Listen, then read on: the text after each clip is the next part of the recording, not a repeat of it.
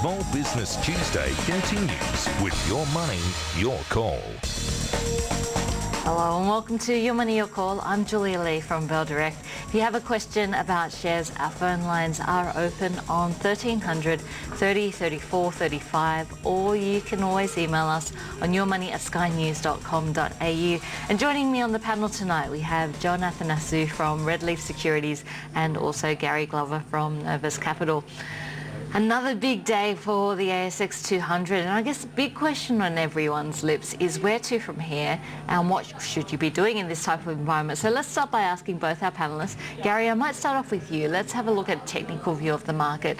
We did reach below 5,000 points over the past week before, a pretty violent move back up again.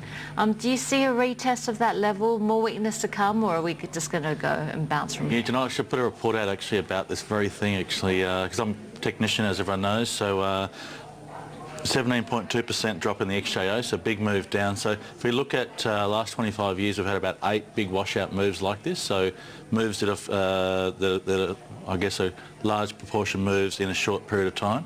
And in all but one of those cases there, after we got a nice clean washout, we got to bounce to the 50% mark on every occasion, except for one. It was only missed by a few points. So, and normally it happens within 7 to 20 trading days of the low, which is interesting as well.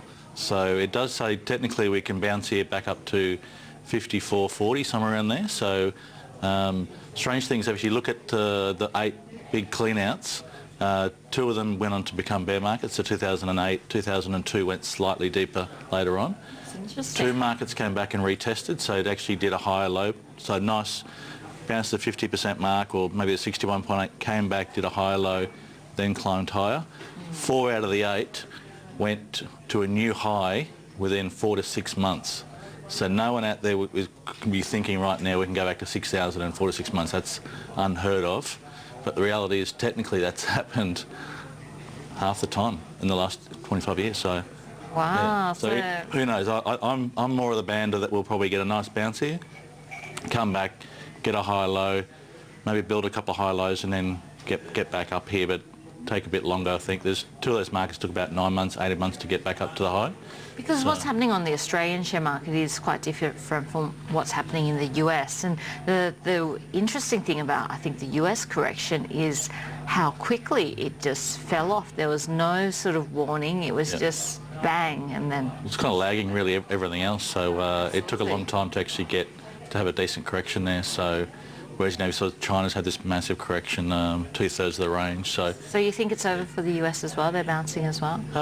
Look, the one market I'm watching very closely was the Shanghai, and anyone who knows what they call vertical exhaustion trends, when you basically get, on the weekly, you get 3 ascending trend lines and the market pops.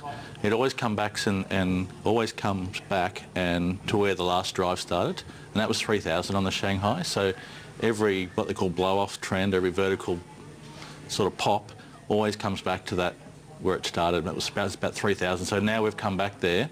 So for me, my downside target is on the Shanghai has already been fulfilled, but I mean, I'm not excited about Shanghai. It's going to have to do a lot of work here, because a market that goes that hard and then pops again, it does a lot of rebuilding before it gets going as well. Yeah. Okay, so lots to talk about on the technical side, but lots to talk about on the potential buying side or protection.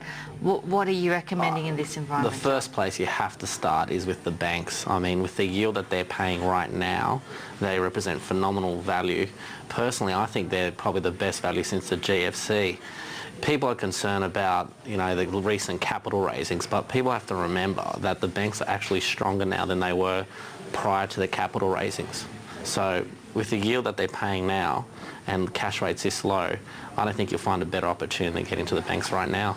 So the banks are an interesting proposition. Now, I like the banks as well. The yield looks very attractive. But I guess the big question is, if potentially Australia does go down the path of a recession, we didn't even fall into recession during the global financial crisis. So you have to go back to the early 1990s. So would that change your views around the banks, which are almost a leveraged play on the Australian economy? I personally don't believe that we're going to enter a recession. I think with the cash rate this low, it'll encourage investors into the property market. So I know the commodity space, in the property market. I know in the commodity space everyone's struggling and it's hurting our terms of trade. However, the best place to be right now is in the banks that are leveraged to the property market, which I think still has a lot of legs behind it. Okay, and Garry, would you be buying the banks at this stage? Yeah, I think the banks is a late misère here. I mean, it's, you know, interest rates are so low here in the States, so, I mean, what Bill Evans came out and said today, the rates are going to stay where they are until 2017. I don't know if I agree with that, but it does tell you that the rates are going to be low here for a long time, so the cash rate is going to be low. So to be invested in cash is not going to be the place to be. Properties had a big move here in Sydney the last 3 years, so that's, you know, maybe some of the other, talking about South East Queensland maybe being the next area to move, but there's, in terms of the you know, Melbourne, Sydney, they're not great value property-wise at the moment. So to me, it's, you know, it's equities. So yeah, the money has to go somewhere, and exactly. if the cash rate's that low, then you're looking at what, 6-7% yields here in the banks here, plus franking. Ooh, geez, you know, I mean, CBA is what, like, average about 14-15% return on shareholders over that 10-year basis. So hard to go past CBA here, or, you know, I mean, really all the banks look pretty good here. So.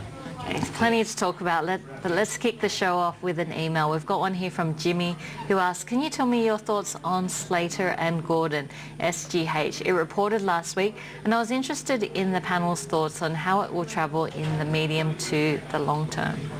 This is a very interesting stock, because if you listen to what the company says, you'd form one view, and then if you sort of listen to what's out there in the media, and especially what's happening over in the UK, you'd form a totally different view. John, would you be taking a risk on Slater and Gordon? I would be taking a risk on Slater and Gordon. The business is fundamentally sound, in my opinion. What's essentially happened with Slater and Gordon is the shorters have had an absolute field day. I believe it's like the number 2 or number 3 shortest stock in the ASX right now.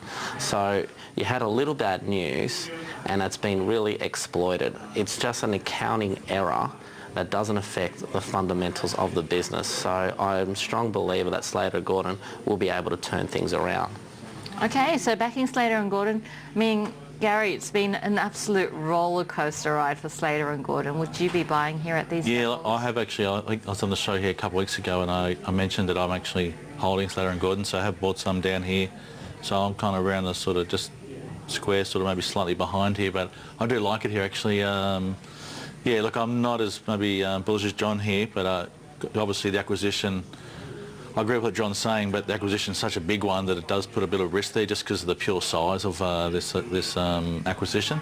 So, but, you know, look, I still think it's a washout move here. It's had a massive, you know, it's overdone here. All the negativity is already out there. The bad news is on the plate here. So I think it's actually a matter of just Slater and Gordon having a few good reporting zones here. So that, you know, we had a good report here last week, so that's going to give a little bit of confidence. Probably take another one.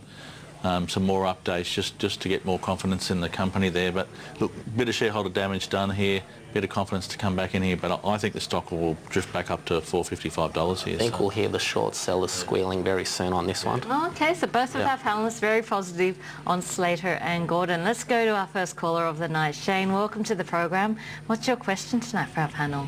Hi, I was actually asking about the banks and whether now is a good time to buy back in and hold for a couple of years, and does the panel have a preference of one bank over another of the big 4 Australian banks? Sure, so having a look at the big 4 banks, and it might be interesting to actually get a technical view on this one as well. You don't think that there's more pain for the banks to come? Just having a look at CBA, it does look like a head and shoulders pattern there. Neckline's not broken as yet. Yeah, I'm not a big believer in that sort of pattern. It's like double top. It's got such a high failure rate that I mean, I actually think the CBA is probably going to be the safest play here. ANZ is probably the cheapest here at the moment. Obviously, in terms of yield and PE, it's probably, you know, and look, probably the way it did a capital raising here wasn't as friendly to shareholders, so it's kind of got mistreated by the market that way. So, you know, probably got its up and for what it did really. So, but that's probably best value there. Probably ANZ, the safest bank is probably CBA here. So okay, and John, anything different there? I'd have to agree with that view. ANZ's copped it a bit harder because they did a bit of a schmozzle the way they went about raising the capital, and they've got a high exposure to, you know, the resource-based cities, Brisbane and Perth, as opposed to CBA. But essentially, they're much of a muchness, really. So you'd be buying CBA, ANZ, and even the other two, really. My preference are for both. Okay, so the bank's providing yield support at the moment. Is there anything that would change your view on the banks? Let's say if we started to see property prices moderating in Sydney and Melbourne, would that change your view at all, Garry?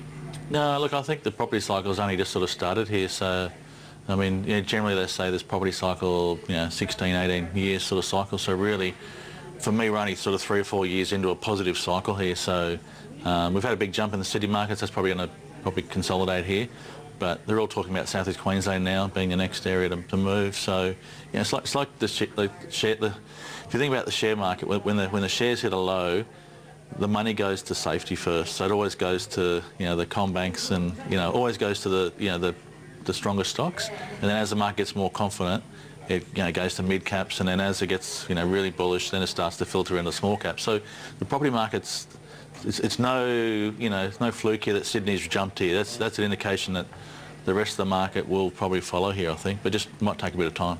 Okay, so our panellists pretty bullish on the banks. Let's go to our next caller. We've got David on the line from the Hunter Valley. David, welcome to the show.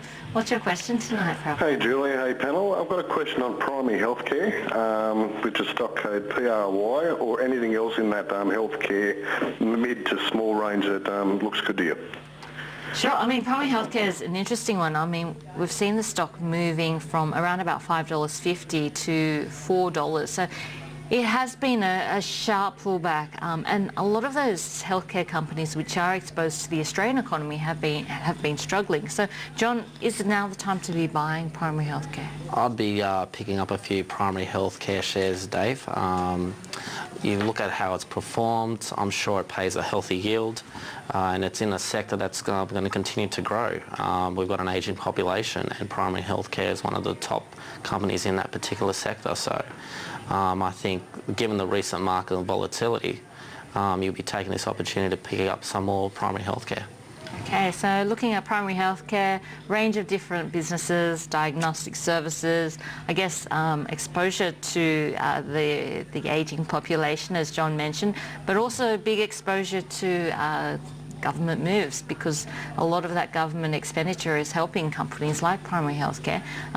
What do you make of this one? Yeah, look, I'm just a little bit standoffish actually with the healthcare, just because the healthcare has just had, just had so many quarters of just positive returns here. So it's been, I mean, all the healthcare stocks have just done fantastically well over the last few years. So we just sort of saw the healthcare index sort of tip over for mind here, and it's had a decent pullback.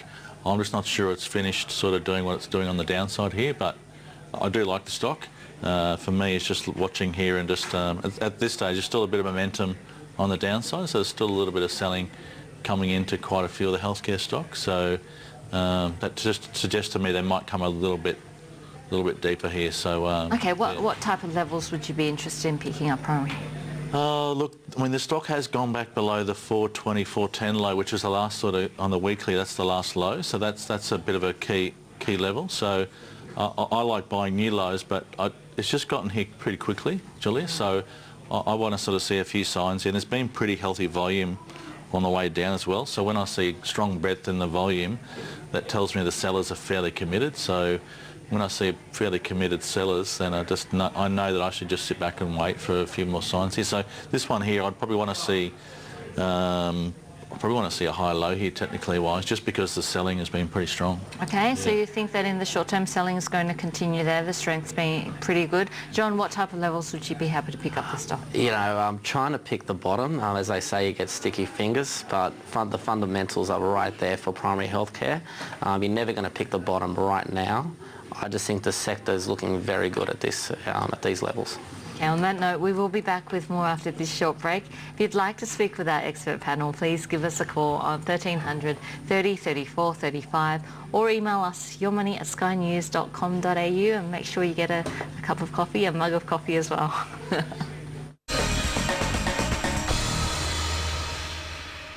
Welcome back to Your Money, Your Call. We are still taking your calls on 1300 30 34 35, so please give us a call, and you can also email in yourmoney@skynews.com.au. And we now have Mike on the line from Sydney. Mike, welcome to the show.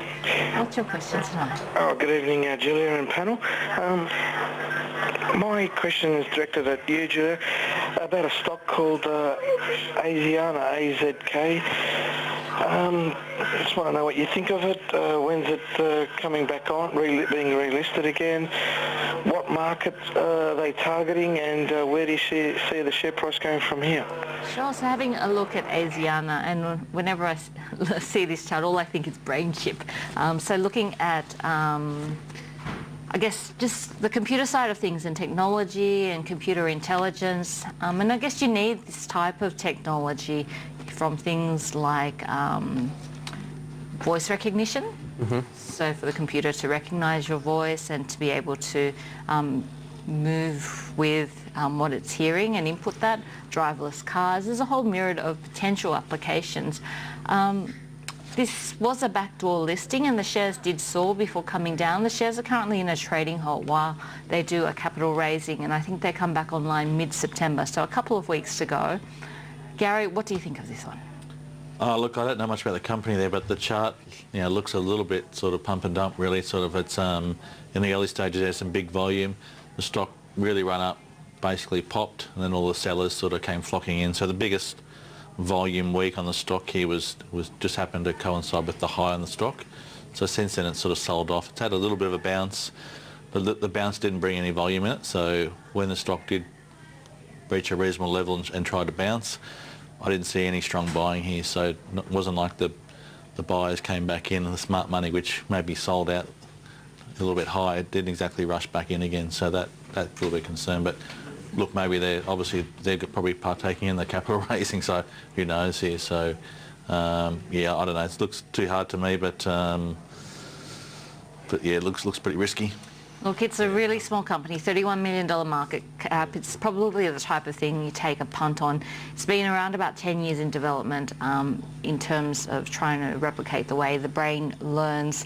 However, you want to kind of see the revenue coming in through the door, but it doesn't take much with a $31 million market cap, depending on the type of deal you can sign. Well, Mike, it's an absolute specky, this particular stock. I don't know too much about it. I'll have to do more homework on their particular technology, but what I find really concerning is the amount of time they need to raise equity and to get back online. That's typically not a good sign. If it was a good quality company, they'll be able to raise equity very quickly as opposed to 2 weeks' time, which is a little bit of a concern from my opinion. Okay, so it is a very small specky stock. I guess it is more dependent on who they can sign up, and then we'll get a bit more of an idea on how this technology can be used. But a very competitive area as well, and an area that's moving very quickly, but certainly with lots of applications from our phone, from voice recognition to driverless cars, through pretty much everything that we do. A lot of it is becoming automated now. AZK is a stock code if you're interested in that stock. We're going to go to our next caller. We've got Dan on the line from Canberra. Dan, welcome to the show. Thank you. My question to the panel is if you could recommend some short to medium shares for in the IT sector. Sure, so having a look at the IT space, a very small space on the Australian share market, but certainly a very interesting one as well. In fact, over the past month, it's been one of the worst performing sector with a loss of about 16%, mainly due to computer share, which makes up the bulk of that sector's performance. But some smaller players in that area, I guess, the likes of Freelancer, Xero. First Page, which has been reaching brand new highs. Yeah. So, John, is First Page one you like, 1PG? I do like the story, but wow, Dan, One Page has run really, really hard. Talking about the IT sector in general, my concern of it is that it's very, very hot right now, and the way you could tell that it's hot is because you see a lot of resource companies, junior resource companies, that are backdoor listing and are suddenly becoming IT companies. You could see the trend here. When the resource sector's hot, it's the reverse that happens. So now the IT sector's hot. So you've got to be very, very careful in selecting the right one. I would rather stick to the larger plays like computer shares in this particular sector. Jeez, I wish I had gotten in on this one. Can we bring up the share price, if we can, of 1PG? Yeah, the absolute winner. Over the last 52 weeks, up 1,442%. Just having a look, Canaccord has a $6.37 target on it. The stock last closed at $4.32. We might get Gary's view on this as well. What do you think? I wouldn't go near it here. Yeah. I mean, it's elevated, it's vertical, so it's... Time for a pullback? Well, it's something like this. I mean, the last drive was 220 up to 440, so that's only happened in a matter of, what, three and a half weeks. So you can come back half of that just in a pullback. So there's a lot of risk in chasing this sort of move here. So. And I guess we're seeing that with a lot of companies offering growth, because growth is so hard to come by. We are seeing some of these stocks that are offering growth just running very hard. Just going back to that IT space, which the caller was calling in about, any stocks that you like in this area? What do you think? Yeah, look, Technology One is the other one that has been a good play. So it's just had a bit of a pullback here as well, which is probably it pretty much hasn't had much of a pullback at all in the last probably 2 or 3 years. So it's just had a pretty healthy sort of pullback here. So maybe in the low threes there, that might be a little bit more interesting to me. So, but yeah, other than that, it has been a tricky space here on the Aussie market. Not been lots of failures in this area. So there hasn't been too many stars, unfortunately. Yeah. Sure. So what do you like about Technology One? It's a software-based company.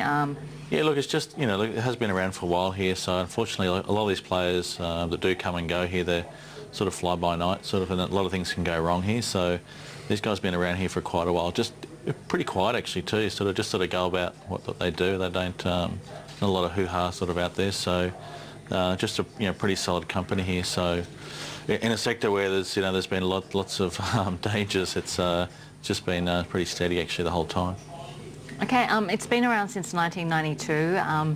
A lot of our panellists have liked Technology One. TNE is the stock code.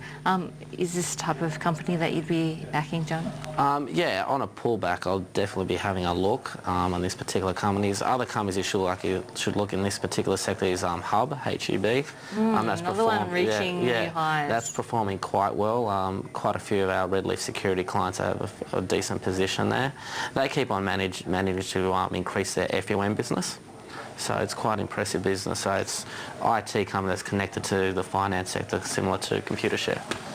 Okay, so hopefully plenty of ideas there for you, Dan. We've been talking about Technology One, One Page, and then we've been talking about Hub24 as well, which has been hitting all-time record highs.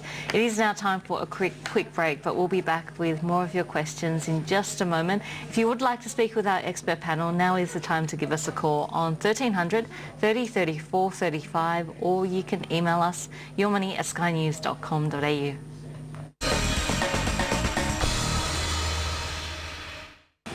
Welcome back to the program. I'm Julia Lee from Bell Direct, and joining me on the panel tonight is John Athanasiou from Red Leaf Securities and also Garry Glover from Novus Capital. So if you have a question you'd like answered, please give us a call on 1300 30 34 35, or you can email in yourmoney@skynews.com.au. And we've now got Andrew on the line from Brisbane. Andrew, welcome. What's your question for the panel? Yes, hello Julia. Just checking on the XJO.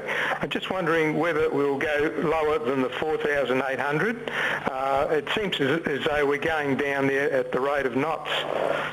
Sure, sounds like Andrew's a bit bearish on the XJO, so let's ask Garry about the probability of the move below 4,800. I know you're pretty bullish on the market for a short-term bounce. Yeah, no, it's just longer-term moves and probability. Yeah, well, it just looked like a big. That move last week was a massive week there and a massive recovery. So that type of move is normally indicative of a washout in the market. So typically, and if you look through the All Ords or XJ over the last 10, 20 years, you see these long tails all through the chart here. So Aussies seem to panic with the best of them, really. So we seem to panic into these big wide berth lows all the time, actually. So it's not uncommon for us to really sell off and then bounce intra-week. So yeah, I mean, I like what I saw last week. It's funny because I looked in detail about this, and obviously we get back to the 50% level pretty quickly. But normally only on the way up here, normally only have no more than 2 days down out of that 20 days. So we've actually had 2 days down now. So Gary, what would change your mind on that view? Probably another down day.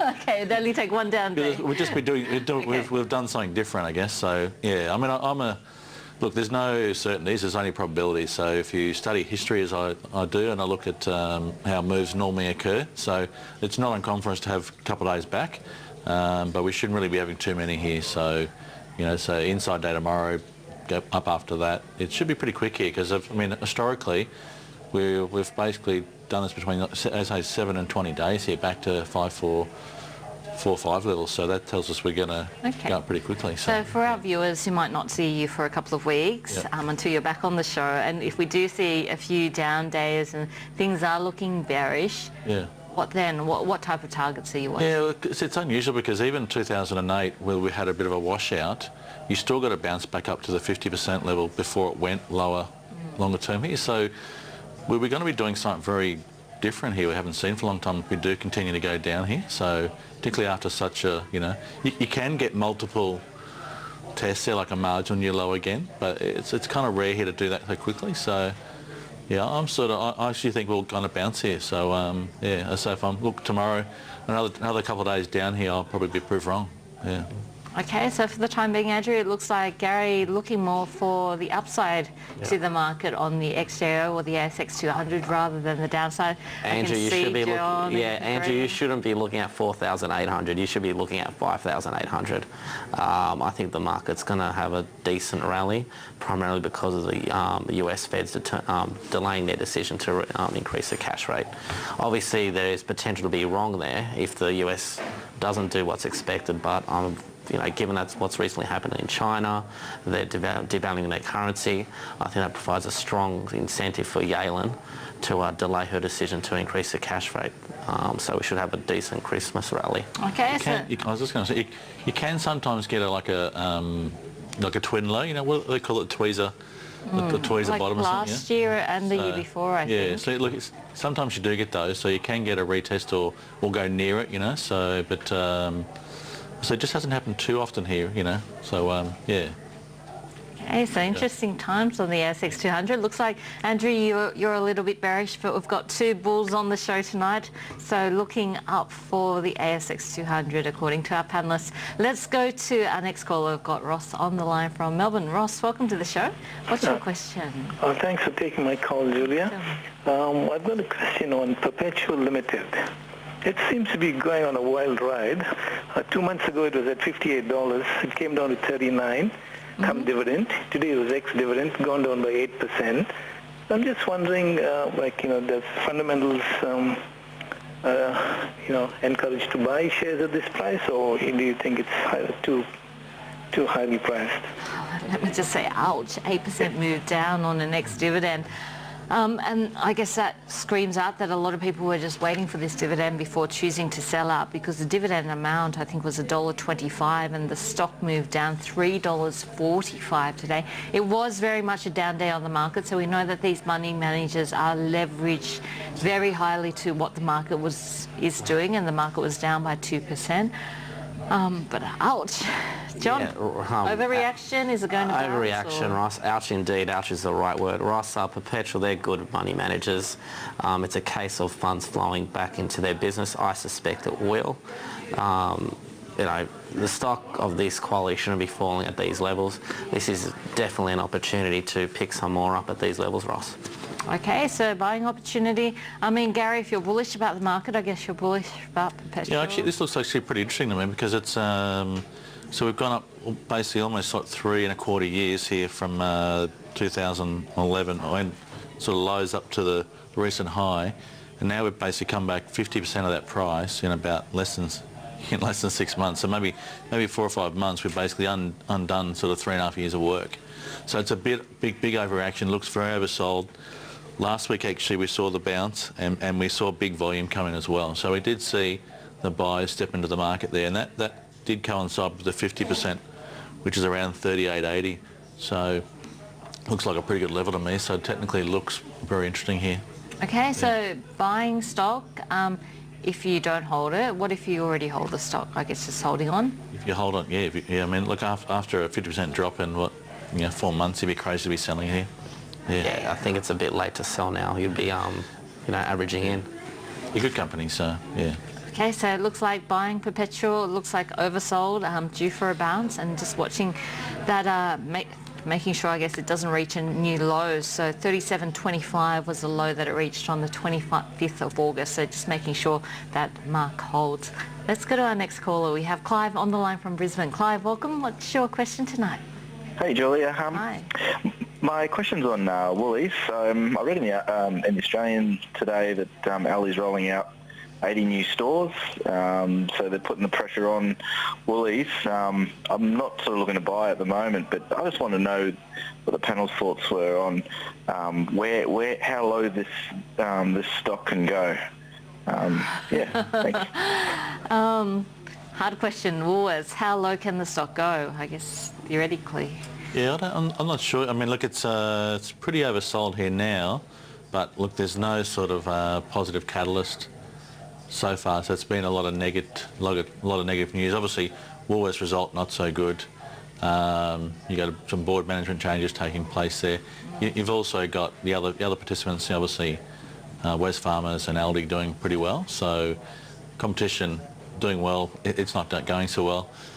I actually think it will come down to. I think the one thing that might actually sort of get the stock bouncing again is an appointment of someone of high calibre CEO here. So that's the probably thing that's going to, I think, might sort of drift a little bit here until we get a CEO appointed. So I've heard a couple of rumours actually about who might come in here, and one of those rumours was really high calibre, but some of the other ones weren't so good. So that's why I sort of think it actually will come down to sort of who gets the top job here, because there's some big moves to be made here for Woolworths. There's potentially some big decisions to be made, and people are talking about Masters and Big W. I mean, I can't see them getting rid of Big W. Yeah, I really like how you're talking about potential catalysts for Woolworths, and the new catalyst might be new leadership, because it is quite central to how a business and a company performs. Yeah. So just watching the CEO... Well, you're missing two people there. You're missing the CEO and also the chief of Big W. So you got two pretty heavy positions there for them. And now we've got lots of the other catalyst obviously is them dropping the Masters business, which has been an absolute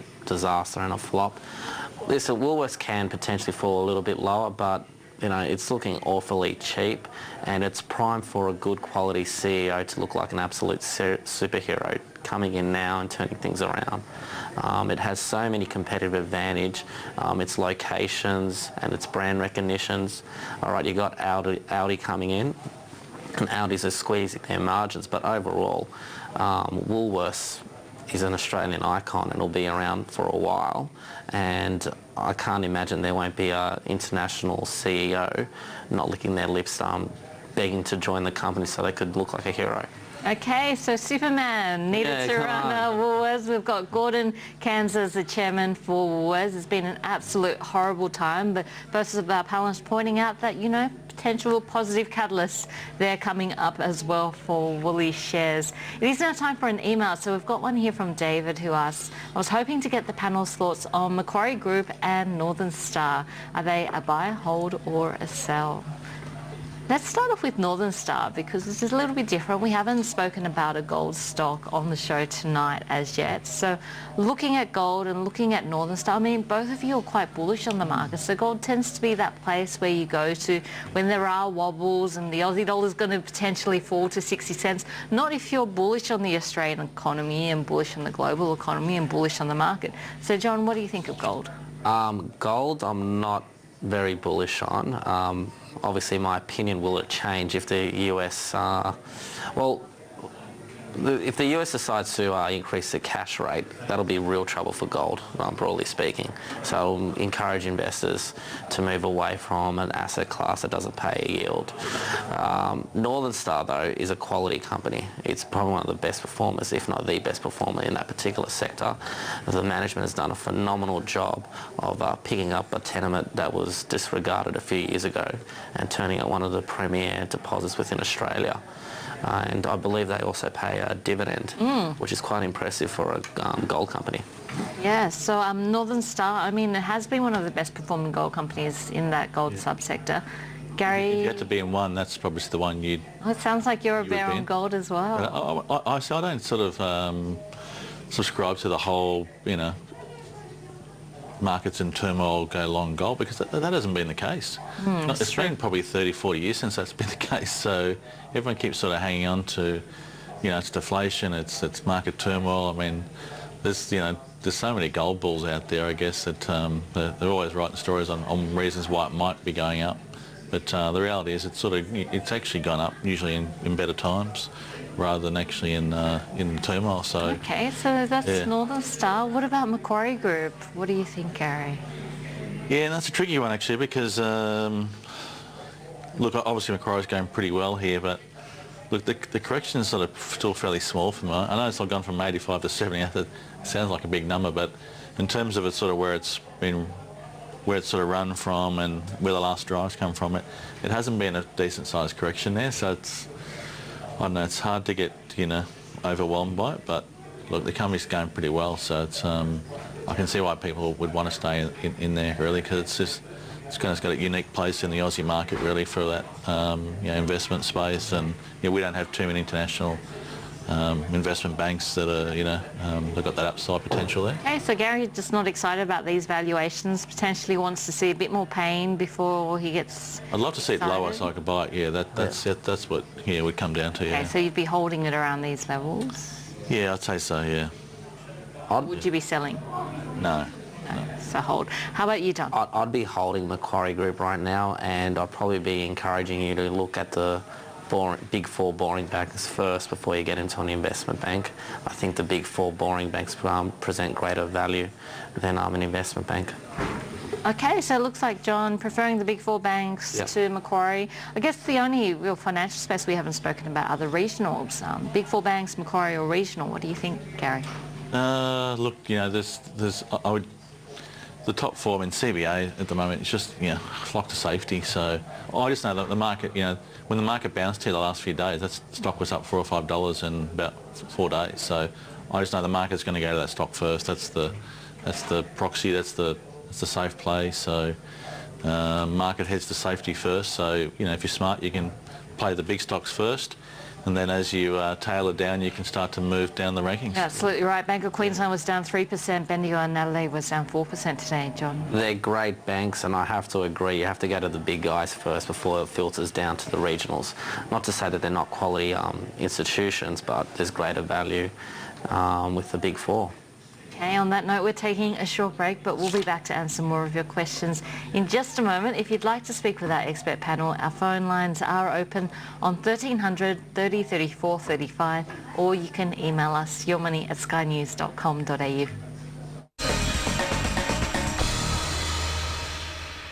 Welcome back to the show. If you have a question you'd like answered, please pick up the phone and give us a call on 1300 30 34 35, or if you prefer, you can always email us on yourmoney@skynews.com.au.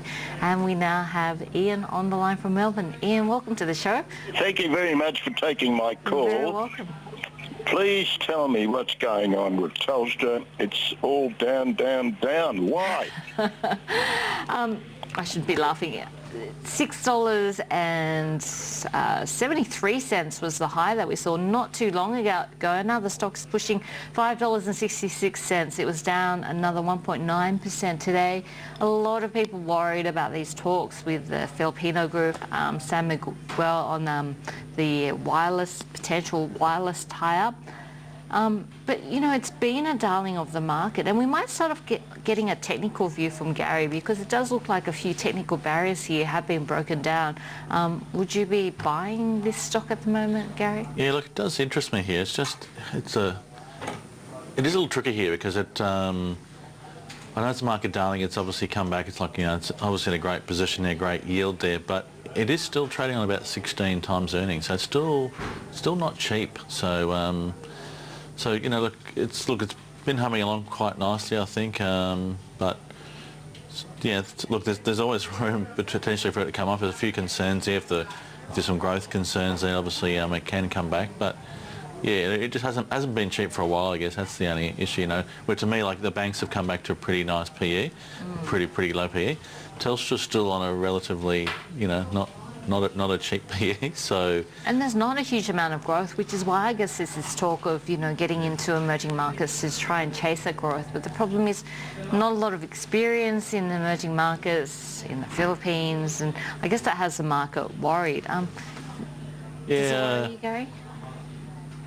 No, not overly, no. I think the world's getting closer and closer now. It's not like... it's not like a decade ago where it was a big move to be going overseas and doing something. I mean, technology is moving so fast now that, you know, that can be rolled out in the same sort of form here. So you've already seen a few players here.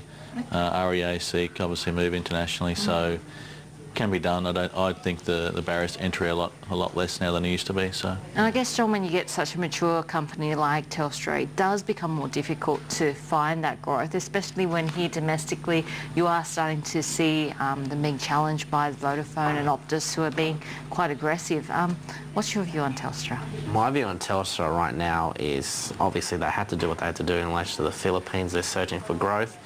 It's a quality company that's just had, you know, suffered like everyone else. I'd probably consider it more of a hold than anything else. Reason why I like it is it's still paying a very strong dividend yield. And, you know, this market's all about the yield right now. So right now, I'll definitely be holding it or even considering increasing my exposure to Telstra and going about to a quality board that's able to implement a plan overseas. You'd have to back Telstra to be that board. Okay, so difference of opinions there. It looks like John happy to back Telstra. Garry a little bit cautious given Telstra's valuation against some of the higher yielding areas. Look, I actually like Amasim, AYS in the telco. It's only just floated recently. It's apart from Telstra there, it's been the second most subscribers to come on board in the last couple of years. So it's a little company going places. So definitely have a look at that one. AYS. An interesting one. AYS is a stocker there in the telco space, relatively new to the market, but Garry liking the momentum that it's been seeing in its subscriber base. Let's go to our next caller. We have Mel on the line from Adelaide. Mel, welcome to the show. What's your question tonight? Hi, Mel. Oh, hello. Hi. I'd just like your opinion on ORA. ORA, so Aurora, having a look at ORA, and if we can bring up the stock chart, this is a stock that hasn't really succumbed to the market's wobbles. We've seen the stock $2.31 today, it's up by 0.9% on a yield of 3.3%. The stock looking like it's ready to try and test the all-time record highs, which were at $2.44 earlier this year back in February. So John, all right, do you like the packaging area? Good quality company, but right now would I be buying it given where it's trading at? Probably not. It hasn't. Every quality name has had a decent pullback, and this one hasn't yet. So there's better value out there in the market. So it's probably best to avoid this one right now. Okay. What if you already owned it? What would you be doing? You'd be encouraged to take a little bit of profits. Not money off the table. Yeah, absolutely. Okay, so John's saying, you know, a lot of stocks have seen pullbacks, a lot of value out there now emerging in different areas, and Aurora, you know, it hasn't. Garry, do you see that as a bullish or a bearish signal? Neither. I mean, it's trading about 21 times earnings, so the yield's about 3.25. So that's a little bit pricey, but what's going on? That's the key thing now. Are they growing? You know, is the tech? Are they, you know, in the packaging area? Are they making some headroom there? So I'd want to be having a look and see what's been going on in the last 12 months there, whether they're actually starting to grow their segment or not. So.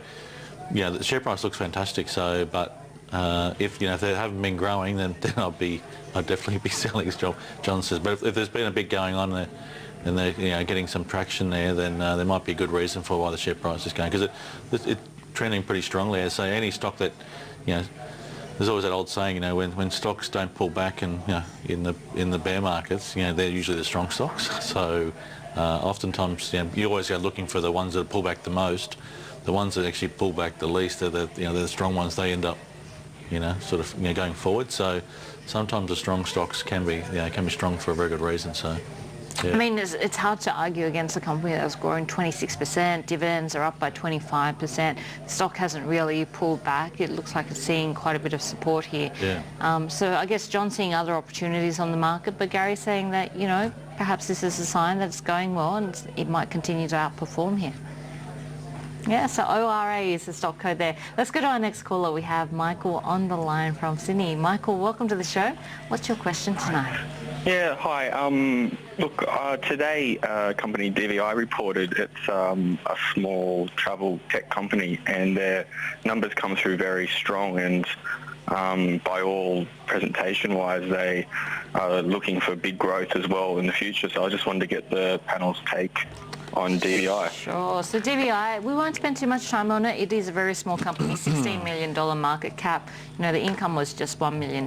Net profit actually came in at a loss of $108,000. The stock, though, hitting all-time high. No, not all-time high. It's just a yearly high. And, it's just 2.6 cents. So what do you think, Gary? Yeah, it looks pretty ugly on the weekly chart, but on the daily, it looks pretty good. So look, it's but end of the day, it's 16 mil market cap, so it's tiny. So that means there's a bit of risk there. But I'll be wanting to do a lot of homework before I put my money in anything like that. So I don't know anything about it. So you'd have to have a really good look at it first. And just having a look at that online travel space, it has been quite disruptive, and you've got some big names that you're competing against. So when you're a smaller player in that space, what type of things are you looking for, John? Well, with disruptive investment, it's probably one of our preferred micro-cap stocks in the IT space. Not only does it do what If used to do in the airline space, it also focuses on off-the-plan properties, so targeting international investors that are very keen on buying property off the plan. DVI's both businesses are actually quite profitable, and the management has a fair bit of success in making those two businesses work. So in the small cap space, definitely one to keep an eye on. Okay, on that note, it is time for a short break, but we'll be back with more of your calls in just a moment.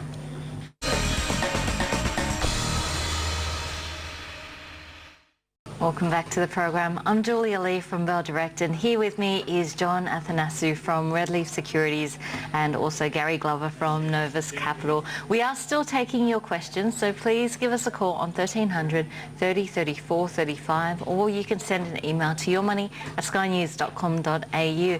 And we now have Philip on the line from Melbourne. Philip, welcome to the show. What's your question tonight? Thanks, Julia. Thanks for a great show. Thanks. My question is on Ansell. I hold Ansell, and I just wanted to know what the panel thinks of Ansell, the sector it's in, and what's the prospect for the future. Sure, I hold Ansell too. So let's ask Gary, what do you think of Ansell? I mean, there isn't any organic growth happening here. The growth's all through acquisitions, and they're forecasting that earnings per share is going to be lower in the current financial year. Last financial year was $1.22.5. Now they're forecasting about $1.05 US cents. However, on the flip side, they've launched a $100 million buyback, and usually that's a sign that the company thinks that the shares are undervalued. So technically, how's it looking?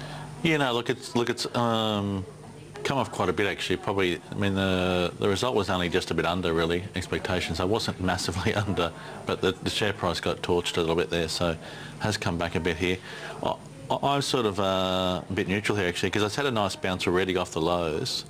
So I can see it congesting here a little bit, but I just see this probably slow and steady here, so I think it might actually go slightly high here over the medium term here, but I think it's going to be a bit kind of a slow recovery here, so yeah. But, okay, so nothing too exciting happening with Ansell. What do you think, John? I'm quite neutral as well on Ansell, but no pun intended, I think the share buyback would make everyone fall in love with it, so to speak. So I'd be holding my position right now. A stock that just survives from acquisition doesn't really excite me. And I think the interesting thing about this is that it is exposed to global growth. So it depends sort of on your outlook for global growth and what's happening in the world. A lot of its growth does come from Europe, from the US.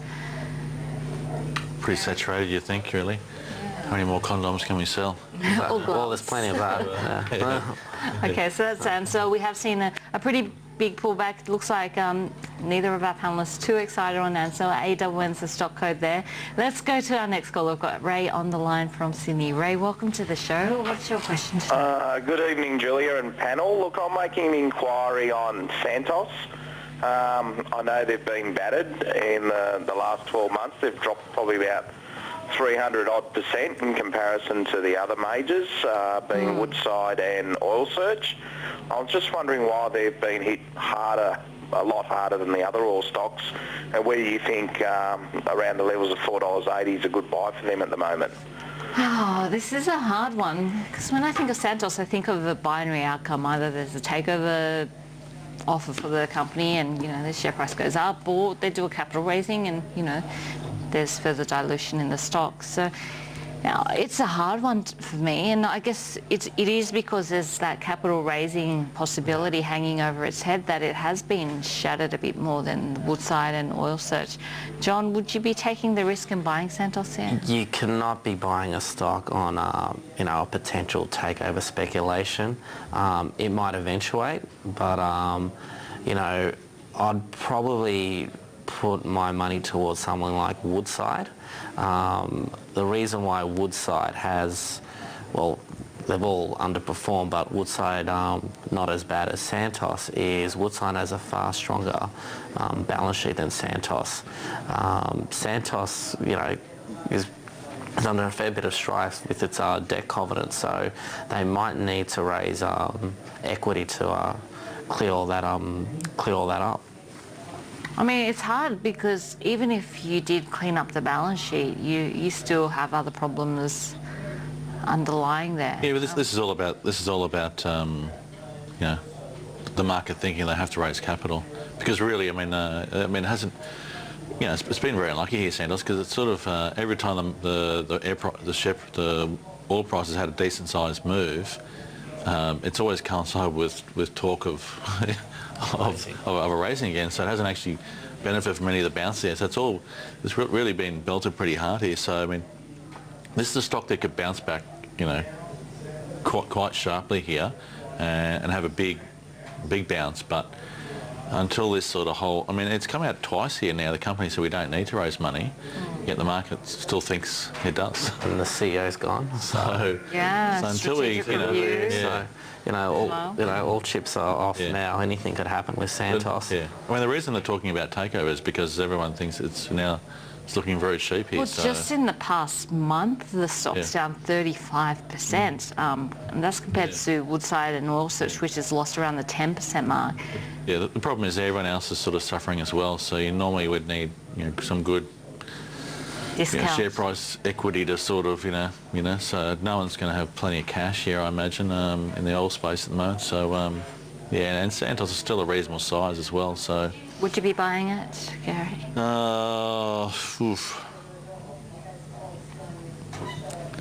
I personally think it's overdone here, so I think it can come back here. So, look, there's safer buys out there. I'll be buying things like CBA, things like personally here first. But a high-risk play, but when it does turn, it could be pretty violent for Santos. It could be a good options play here, actually. Put a little bit of equity on the market or something here, and just take a longer-term view here, as long as you're not paying too much for it. It's got potential upside here. Buying a call. Okay, so maybe an options position on Santos. Probably the more prudent thing to do, in my opinion, is wait. If there is a capital raising, wait for that event to occur, so at least you know that their balance sheet is stronger. And if there is a potential takeover, you'd rather wait till that's confirmed and then just hit the buy button. I think that's the best way to go. I think it'll be too late after the takeover, but maybe the capital raising comes in, you might be a chance. There's a few potential catalysts here. One's obviously the oil price going upwards. The second's potentially a capital raising and a cleaning up of the balance sheet, which would be a step in the right direction. You've already seen a jump in the oil price already here. Had a big move the last 3 days, and it started to go, but then the talk came up again. It happened last time as well. Last time, actually, oil price had a bit of a bounce. So it's really just got the raw end of the stick here all the time here. So, overly too bearish, is everyone just... Yeah, it looks, it's had a big move here, and obviously it's a pure play, so everyone says it normally is going to reflect the the oil price here, but it's gone well beyond the oil price here now. So he looks very, very oversold here. There's some big volume there. The volume last week was one of the most heavily traded weeks in the last 4 or 5 years. So that tells you there's some interest here at that level. So yeah. Okay, lots to talk about on Santos. STO is the stock code there. It has been under a lot of difficulty, but potentially some catalysts there as well, but it is a high-risk play in the type of market that we are seeing, and obviously the share price reflecting that as well. Let's go to our next caller. We have Steve on the line from Toowoomba. Steve, welcome to the show. What's your question tonight? G'day. It's just concerning Macaleese Group or Resources. Just wondering whether you think that's a good buy or don't touch it sort of thing. Just thinking of your thoughts on that company. Sure. So looking at Macaleese, MCS is the code, and from memory it came out with a loss for the last financial year and a wider loss in the previous financial year. So obviously we know that this transportation business has been having problems. Is there a potential turnaround play here, or are we going to see more pain, especially with some of the loans? It's when a business is struggling that debt becomes a problem. Garry, what are your thoughts? Yeah, look, quite a few of these mining service players have sort of gone backwards. There's lots of the small enterprises have, private organisations have gone bust here. So the big boys have all suffered as well. Even a few of the listed companies have gone out the back door here. So quite a bit of risk here. So I see this as extreme risk here, MCS, so I'd be very, very careful there. Yeah, Steve, you really got to be careful here. This could potentially go to the receivers. In this kind of scenario, what you typically should be doing is wait for the resource sector first to recover, with the large caps first, and then slowly it moves down to the smaller part of the sector, and then finally the resource service sector eventually benefit, but they're usually the last in line, unfortunately. So yeah, it's a long time before you'll be looking at the resource sector, in my opinion. Okay, so really difficult for Macaleese. You don't think it's already reflected in the share price? Deutsche Bank's pretty bearish, saying all divisions are... The risk here is it's 23 mil market cap now, so it's getting to that sort of tiny stage there. You get any smaller here, then just the listing costs and stuff to just operate are going to be well excess of what the company's making. So this could be, could be Macca IT here in 12 months' time. Yeah, we'll put an IT company in it. On that note, we will be taking a short break, but we'll be back to answer more of your questions in just a moment.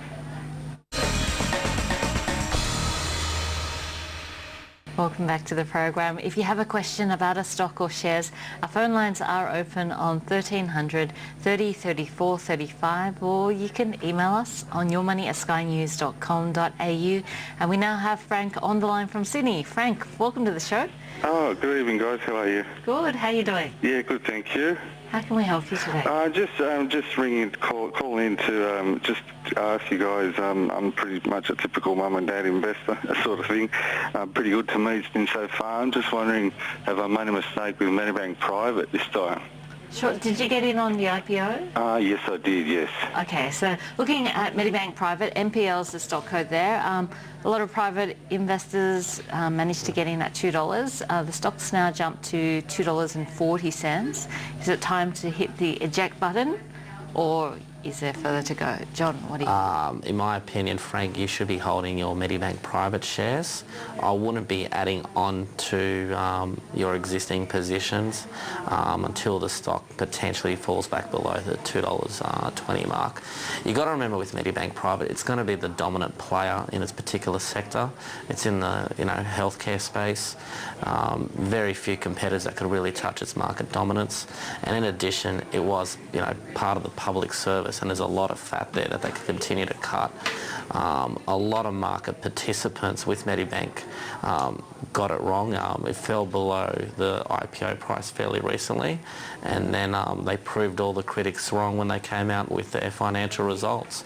We saw it pop, I believe, 10% on that day. So you wouldn't be buying until around the $2.20 level, so you'd be adding positions at $2.20. Yeah. I mean, it is an interesting one. The brokers have recommendations all the way back to $2 from UBS to $2.60 is the most bullish one I can see by Citi. what type of price target would you be looking at? For an exit or to... For an exit. For an exit, I'd probably be looking around the $2.80 mark, Frank. But, you know, you're a mum and dad investor, so it's more of a long-term hold, in my opinion, as opposed to a trading stock. So happy to hold it in the longer-term portfolio. How about you, Gary? Yeah, look, I did sell mine at 240 actually a while back there, so I never got back in actually when it come down here. Look, you got to remember actually that that Medibank really is, it's kind of a quasi sort of insurance company really. So from my understanding here, talking to a few analysts about the stock, is that it's going to have some really good years and some really not so good years. So it's going to be a little bit, there's going to be some fluctuation in the results. So depending on whether people get sick or not, or I guess it's a bit like it is essentially an insurance sort of play there. So I was just led to believe that it's got the potential to really have some great years and then actually have not so great years. So I'd be inclined to, every time the stock has a fantastic run, I probably would take a little bit of profit on it, because it is likely to maybe have a few other periods where it doesn't maybe underperform here. So in terms of price range, I'm not so sure. I think maybe John's right here. Maybe around 220 is not a bad level here now that's popped up here. But I think the stock's probably going to swing back and forth a little bit here, so just like the rest of the market has. So. Okay, so you're happy to take some money off the table around these levels? Look, I actually had a few clients who sort of stayed in here, and we've just written a call against it here. So. Okay, so holding on and writing calls for extra income. Look, they were pretty pleased to see the result have a cracker. So yeah. Okay, so just getting a little bit of extra. Some people are probably eager to sell because they bought it, went up, come back down. Thought, I wish I should have sold it. Now it's back up here. They're probably thinking, do I sell it here? That's the mindset of what a lot of people are at the moment here. But the reality was, obviously, it looked like a pretty good result here. It's got a bit of momentum here. It's probably going to go slightly higher here, but slightly higher, I'd probably be taking the money off the table. Okay, so that was Medibank Private, MPL is the stock code. We now have an email from Anne who asks 2 questions for the panel. REA Group seems to be going against the trend. Can the panel explain why? And why are Green Cross still getting hammered by the market? So let's start off by having a look at REA Group. We might start off with Garry here. What do you think, Garry? Yeah, it had a cracking result, so that's the reason why it's gone against the trend here, so it's held on pretty well. Green Cross is really all about, again, had a great result, and then within a week here we've got the CEO resign for no one can sort of really know exactly what's going on. So that's all about uncertainty. Why is the CEO resigning after a cracker? So so there's a little bit of uncertainty there with that stock there. It's unfortunately you're in a pretty rocky market here, and normally that sort of uncertainty might cause you to come back a little bit, but at the moment it's caused you to come back a lot. So. Yeah. Okay, so do you like any of those companies, John? I like REA. I think they should pull back a little bit further before you re-enter, but it just goes with the general macroeconomic theme of the property market being quite strong and REA being the dominant player in their particular field. So yeah, you're probably waiting for liking REA Group.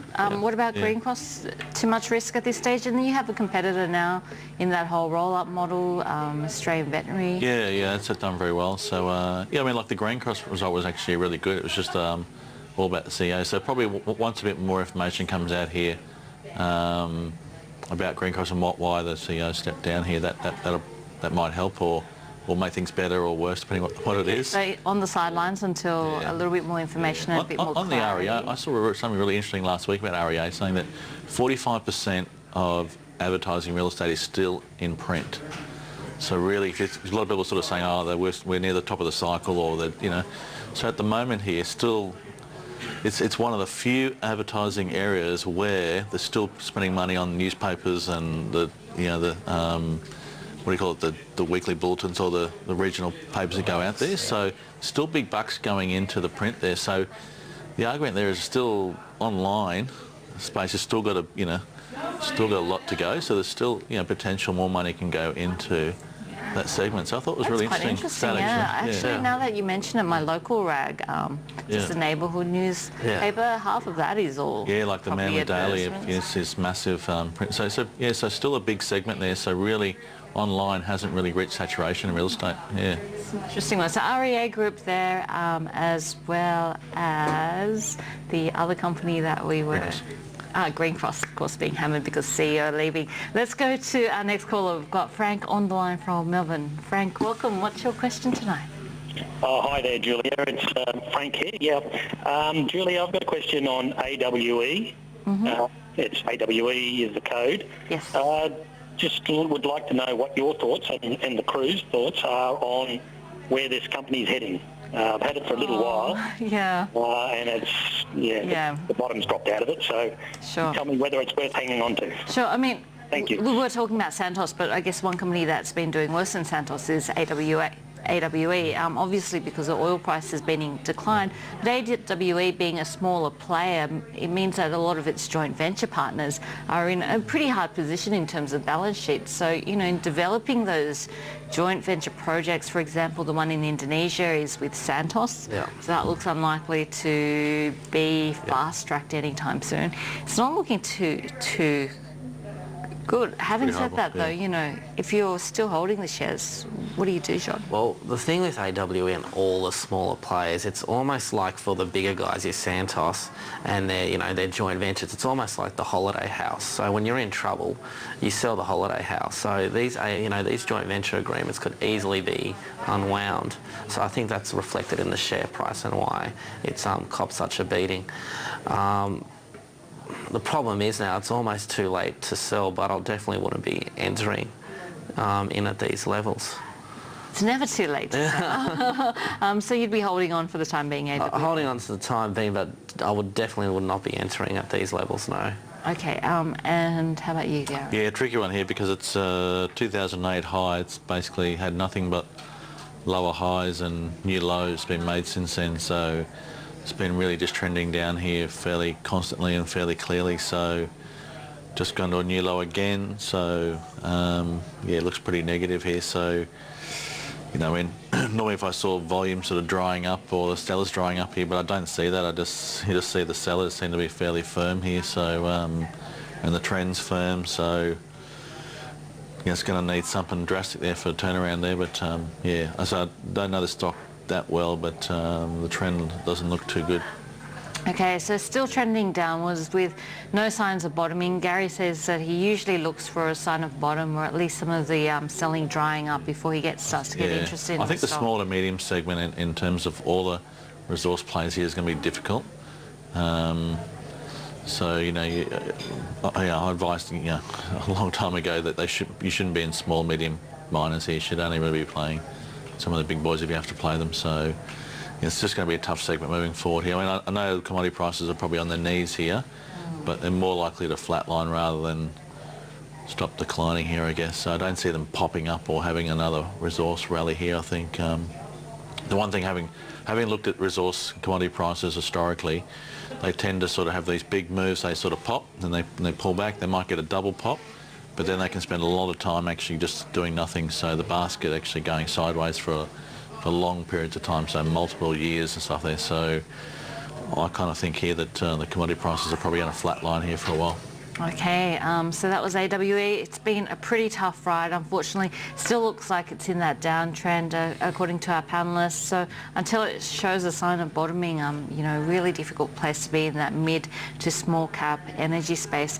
Let's go to our final email. We've got one here from David who asks, "Hi panel, hoping to get your thoughts on whether Webjet and Qantas are buys at the moment." We've got about 2 minutes on show, so a minute each. What do you think, John? Qantas a sell. Oil prices will not be this low forever, and the management has done an exceptional job cutting costs, but it's very correlated to the oil price. From that reason, I'll be getting rid of your Qantas exposure. So sell on Qantas. And how about you, Garry? It's funny actually, I actually really like the tourism space because I think with the currency coming back from 110 back to 70, it's going to bring a lot of Americans, Asians, tourists are going to come into Australia in their droves. But I do not like either of those two stocks. Okay, so how would you be getting exposure?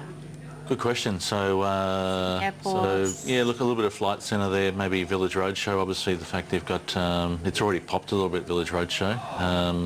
Crown Casino maybe? Yeah, I mean, Crown Casino's, that's a little bit down the track a little bit here, but yeah, that will be a beneficiary, I think, in the Perth on the track. Melbourne, But yeah, that's a tricky way. Actually, doing that homework today, actually really looking at it, because the tourism sector's been a struggle for a while here, so I do think that segment's going to turn around here. I think, with the dollar the way it is here, and Australia being such a beautiful place to come, it's just, we've now 40% cheaper to, or more than that, so 110 to 70 is a big difference there in a quick period of time here. So that's a very good point. I think we'll see a lot more inbound tourists coming in here, so yeah. And on that positive note, that's all we have time for today. Thanks so much to our guests tonight, John Athanasiou from Redleaf Securities and also Garry Glover from Novus Capital, and to you, our viewers, for all your calls and your emails. Until next week, I'm Julia Lee from Bell Direct. Thanks for your company and have a great night. The information featured in this program is general in nature and therefore should not be relied upon. Guests appearing on the program may have commercial arrangements with some of the companies mentioned. Before making any investment, insurance or financial planning decisions, you should consult a licensed professional who can advise whether your decision is appropriate for you.